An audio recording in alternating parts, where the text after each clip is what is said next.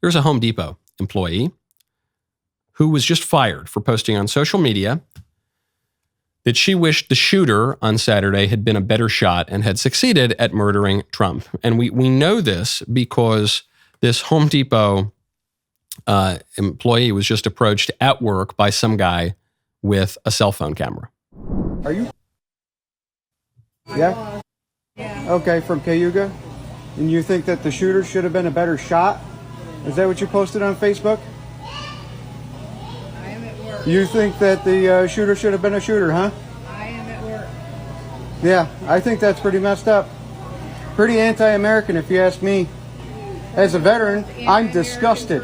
What have you provided to this country? Huh? I'm sorry. This is ridiculous. You are ridiculous. And I'm making you famous. Okay, I'm not. You heard I censored out the woman's name. I don't want to make her any more infamous than she already is, and the reason why is she's a Home Depot employee. She's a woman. I'm not saying she's elderly or anything like that, but she's not a teenager in her 20s. You know, she's a woman who is just working her job. It's a tough job. It's a job where you don't get a lot of thanks all the time. And this guy shows up to her work to try to destroy her life. I don't know what bills she's got to pay. I don't know what her financial situation is. And you can see she gets kind of nervous in the video. She gets, I'm at work. She doesn't know how to handle this. Why? Because she's not a public figure.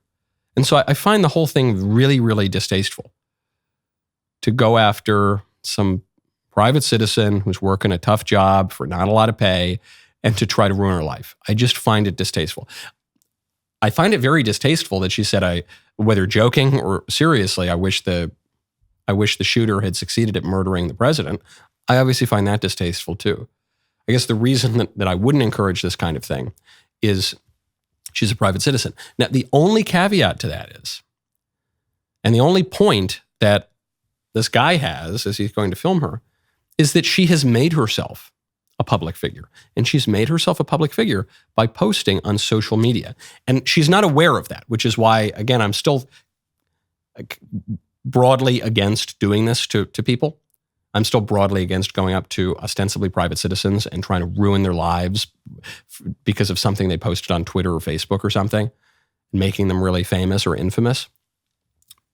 She's not aware, and most people are not aware, that social media makes everyone famous. You know that prediction in the future everyone will have 15 minutes of fame? Well, it's much easier to have your 15 minutes of fame right now because you can just do it yourself with a cell phone camera. That's what this guy is going to have 15 minutes of fame too, for exposing this woman, giving her 15 minutes of fame.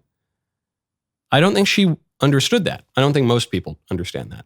When you post on social media, you are engaging in a public act, in a political act. You are making yourself a public figure. You are opening yourself up to the dangers that public figures open themselves up to, which is harassment, sometimes physical assault, or even, someone tries to come out and kill you, and financial vulnerabilities, that someone's going to go and try to make you lose your job.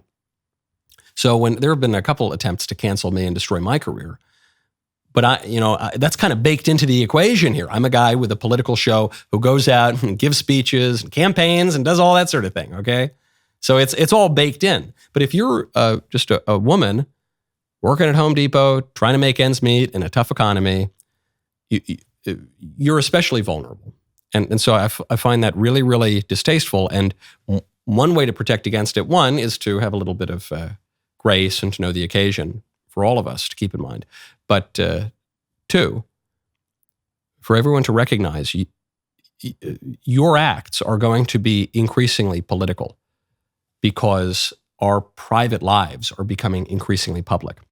I did not make the comparison between President Trump being shot in the head and moving right on with the campaign doesn't change a single event, and Joe Biden getting the sniffles. I'm not the one to make that comparison.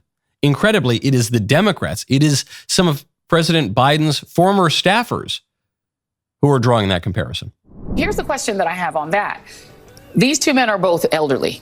Donald Trump is an elderly man who for whatever reason, was given 9 seconds to take a iconic photo op during an active shooter situation. Weird situation. We'll figure that out one day. But his survival of that and bouncing right back and going right to his convention is being conveyed in the media world as a sign of strength. This current president of the United States is 81 years old and has COVID.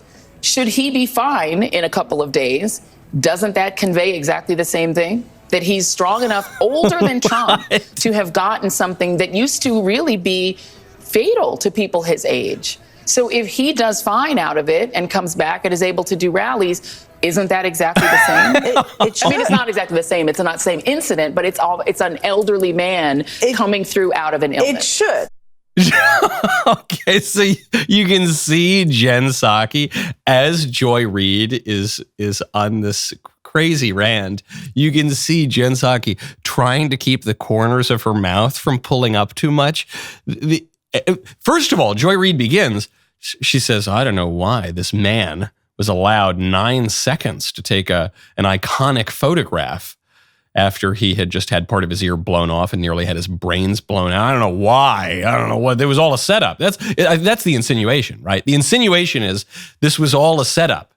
That Trump somehow, with the secret cabal of conservative Republicans who control the world or something, he conspired to have this shooter blast off the top part of his ear, but just narrowly because of the wind and the turn of his head, miss his brain and all. And this was all in service of taking a photo with blood streaming down his face and an American flag waving behind him. And that's the insinuation. What other insinuation is Joy Reid making? I don't know. So right off the bat, even if you had no familiarity with Joy Reid, you'd say, well, this lady is a little bit off her rocker. But then she actually goes for it. Then she actually says, look, Trump nearly had his head blown off 2 days ago, and then he went on the campaign trail. And Joe Biden has a mild cold that every single person on earth has had multiple times. So aren't those basically the same thing, when you really think about it? And you see Jen Psaki looking at her, just what are you really? But then Jen Psaki's got to go with it because she's got the same job as Joy Reid, which is to serve as a propagandist for Joe Biden. I mean, that was actually the official job description for Jen Psaki when she was the White House press secretary. And she goes, yeah, sure. Yeah, let's go with that. And even Joy Reid doesn't believe it. Because you heard her adding all of these caveats at the end. No, look, I'm not saying it's the same incident, but look, what I'm saying is they're both old men and face challenges, So, yeah, that's true. I mean, the challenge from a sniper, courage under fire, blowing off part of your head, and the courage to maybe cough a little bit for a couple days, different. It just requires different degrees of courage. Even the Democrats don't believe this. But Joy Reid and Jen Psaki are still promoting Biden. They are still living in the hope that Biden will remain the nominee. And is it because they think Biden's the best candidate? No, it's just the big split with the Democrats here is some Democrats believe you can't get rid of Joe Biden.